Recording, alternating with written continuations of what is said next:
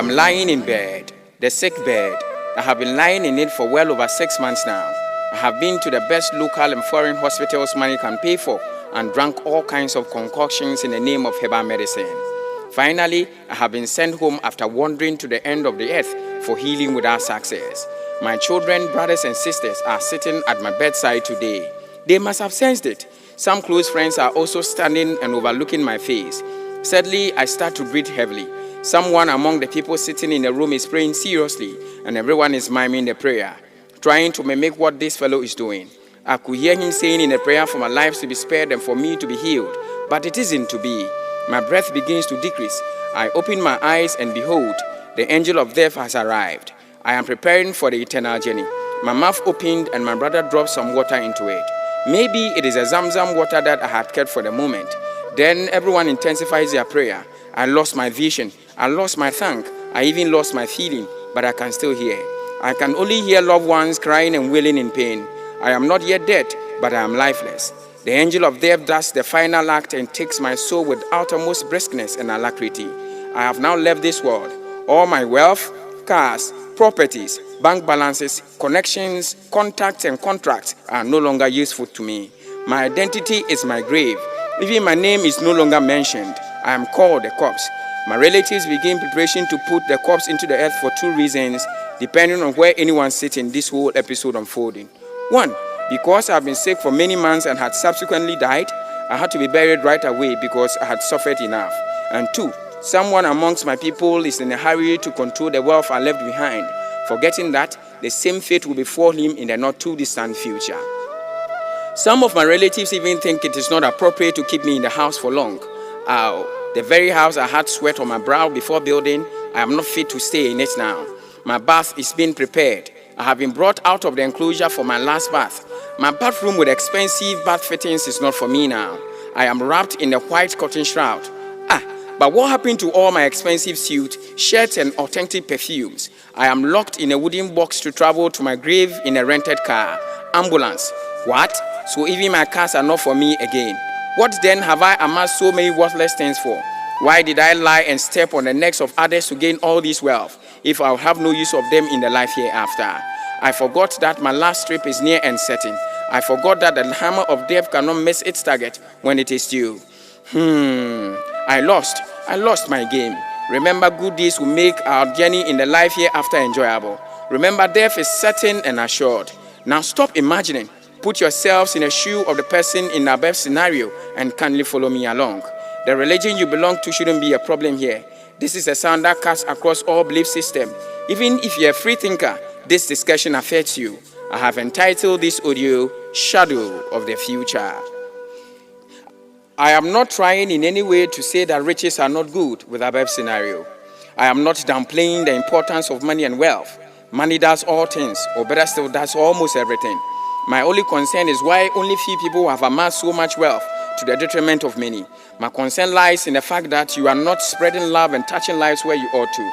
The illustration above gives us a vivid insight into how useless money can be when your days on earth are numbered. Instead of keeping huge sums of money in the bank accounts and having no use for them, I implore you to touch lives with it. I can tell you for a fact that someone needs a dime to survive just across your neighborhood. People who have not eaten just across the street. Someone is on the sick bed and at the brink of death because he cannot afford a simple aspirin. You cannot solve all the humanitarian needs of the world, but you can contribute to it significantly. So I need you to stretch your hands a bit more and open your arms, for in it lies a gratification that will grope you on your day of departure of the earth. Just because you have money does not mean hardship will not befall you. Spare a thought for those with family, health, and job struggles. Stop impoverishing people. Stop being the cause of people's hardship and difficulties. Some people are directly responsible for all the challenges of others. Imagine that employers fail to contribute monthly to the retirement benefit of their employees, and they pay them peanuts, which is way below the minimum wage. What do you think they are doing to these poor workers? Are they not making them poorer? Some people who claim to be men of God charge huge sums of money in the name of consultation fee and selling of oil with different colors, pigments, and different aroma to the poor congregants. Are they not impoverishing the congregation?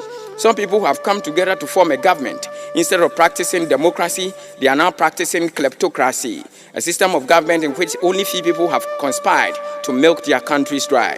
No country can progress if its politics is more profitable than its industry. Imagine a country where you have all the skills and certificates, but can only get a job if you know someone at a place of influence. What becomes of those of us who do not know Kweku Anansi? You must pay money before you are employed these days if you are a male, or give in to your boss's sexual gratification if you are a female. A young man wants to marry the love of his life, and his in-laws to be have given him a tall marriage list that contains cows, zebras, lions, and every expensive item you can imagine on earth. How does he buy all these expensive items? Everything has been monetized to the advantage of the very few and to the detriment of the larger population. Where will you go with all the money you are graciously stealing? If money and material things make you believe you are better than others, you are the poorest person on earth. What will you do with all the properties you are amassing without doing due diligence to humanity? As a chief, your only interest lies in the fact that you sell plots of lands to people, take royalties and marry additional wives yearly without contributing to the development of your area. What kind of a leader are you? Most young women, pretty damsels, only go into relationship with married men, making these men neglect their families and causing deep sorrow to their wives and children. Sister, what exactly is your problem? Can't you see you are breaking somebody's home? You can make money, but not to the detriment of others. And if you do make money, help others when they need be, because not everyone can make it. This journey is a survival of the fittest, so we help those who cannot make it to continue to live with the hope of surviving this marathon of success someday. What is wealth if it does not benefit others? What is wealth if people are dying before your very eyes? You might probably be saying that you are not James Bond to save the world. I agree, but you wouldn't lose anything if you invest in humanity. A candle does not lose anything by lighting another candle. If you do not believe in doing good to receive blessings from above, you surely must believe in doing good to feel good. Do not wait to gather all the resources on earth before touching lives. At least have a fond memory of something to hold on to before your last breath. When I was a kid, I thought only rich people give. I grew up to realize that only kind-hearted people give. Have a shadow of your future at hand now. To those who are helping others, may your cups always be full to help. At the time when Bill Gates was the richest man on earth, someone asked him this question: "Is there anyone richer than you?" He said yes, only one. Many years ago, I had been dismissed and had gone to New York airport. I read articles of newspapers there. I liked one of the newspapers and wanted to buy it, but I didn't have change, so I abandoned the idea. Suddenly, a black boy called me and told me, "This newspaper is for you." I said, "But I don't have change." He said, "No problem, I give you for free." After 3 months, I went to the New York airport again, and coincidentally, that story happened again, and that same boy gave me another free newspaper. I said, "I can't accept it," but he said, "I give you from my profit." After 10 years, I had been rich and I decided to find that boy. I found him after a 1.5 month search. I asked him, "Do you know me?" He said, "Yes, you are the famous Bill Gates." I said, "You gave me 2 free newspapers many years ago. Now I want to compensate it. I am going to give you everything you want." The black boy replied, "You can't compensate it."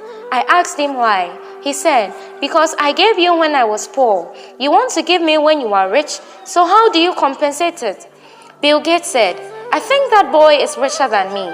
You don't have to be rich or wait to be rich to give. Touch lives in all places and prepare adequately for the inevitable." Alexander the Great was an ancient Macedonian ruler and one of history's greatest military minds who ruled as king of Macedonia and Persia and established the largest empire the ancient world had ever seen. As a military commander, he was undefeated and most successful throughout history. On his way from conquering many countries, he came down with an illness. At that moment, his captured territories, powerful army, sharp swords, and wealth all had no meaning to him. He realized that death will soon arrive and he will be unable to return to his homeland. He told his officers, "I will soon leave this world. I have 3 final wishes. You need to carry out what I tell you." His generals in tears agreed. "My first wish is to have my physician bring my coffin home alone." After gasping for air, Alexander continued, "My second wish is to scatter the gold, silver, and gems from my treasury house along the path to the tomb where you ship my coffin to the grave." After wrapping in a woolen blanket and resting for a while, he said, "My final wish is to put my hands outside the coffin. People around him were all curious, but no one dared to ask him the reason. Alexander's most favored general kissed his hand and asked, "My Majesty, we will follow your instructions, but can you tell us why you want us to do it this way?" After taking a deep breath, Alexander said, "I want everyone to understand the 3 lessons I have learned. To let my physician carry my coffin alone is to let people realize that a physician cannot really cure people's illness, especially when they face death. The physicians are powerless. I hope people will learn to treasure their lives and that of others. My second wish is to tell people not to be like me in pursuing wealth. I spent my whole life pursuing wealth, but I was wasting my time. The third wish is to let people know that I came to this world empty-handed, and I will leave this world empty-handed."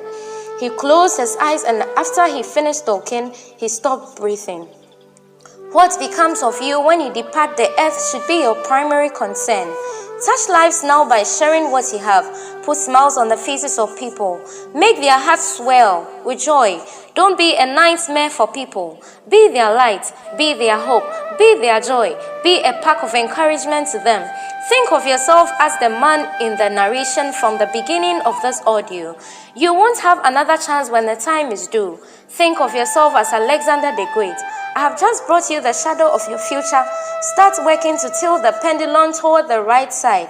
Time is already fast spent. Spread the tentacles of love to reach as many as you can. Let us end here with this last narrative. When the billionaire Femi Otadola, the Nigerian, was asked what made him happy in life, the billionaire said, "I have gone through 4 stages of happiness in life and finally understood the true meaning of true happiness.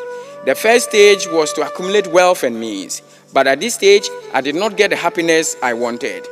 Then came the second stage of collecting valuables and items, but I realized that the effect of these things were temporary and the luxury of valuable things did not last long. Then came the third stage of getting these projects, this very, very big project.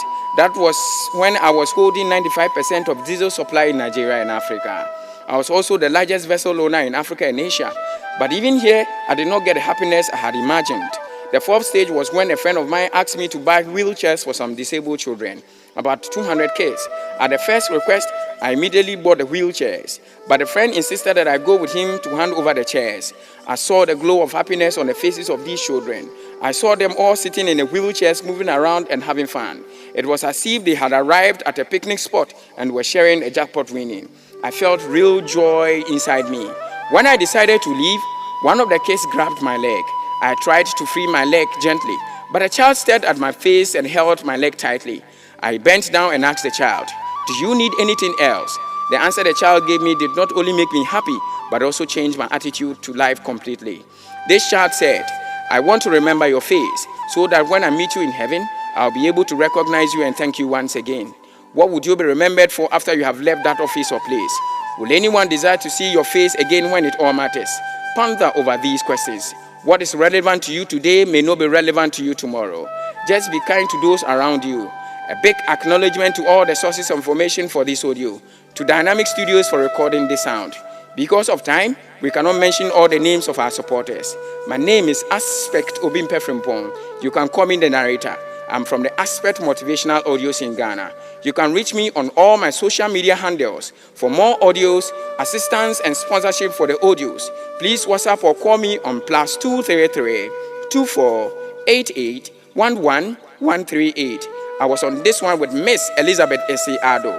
Always remember that, in the end, when you leave this world, the only things you can take with you are the things you are packed inside of your heart.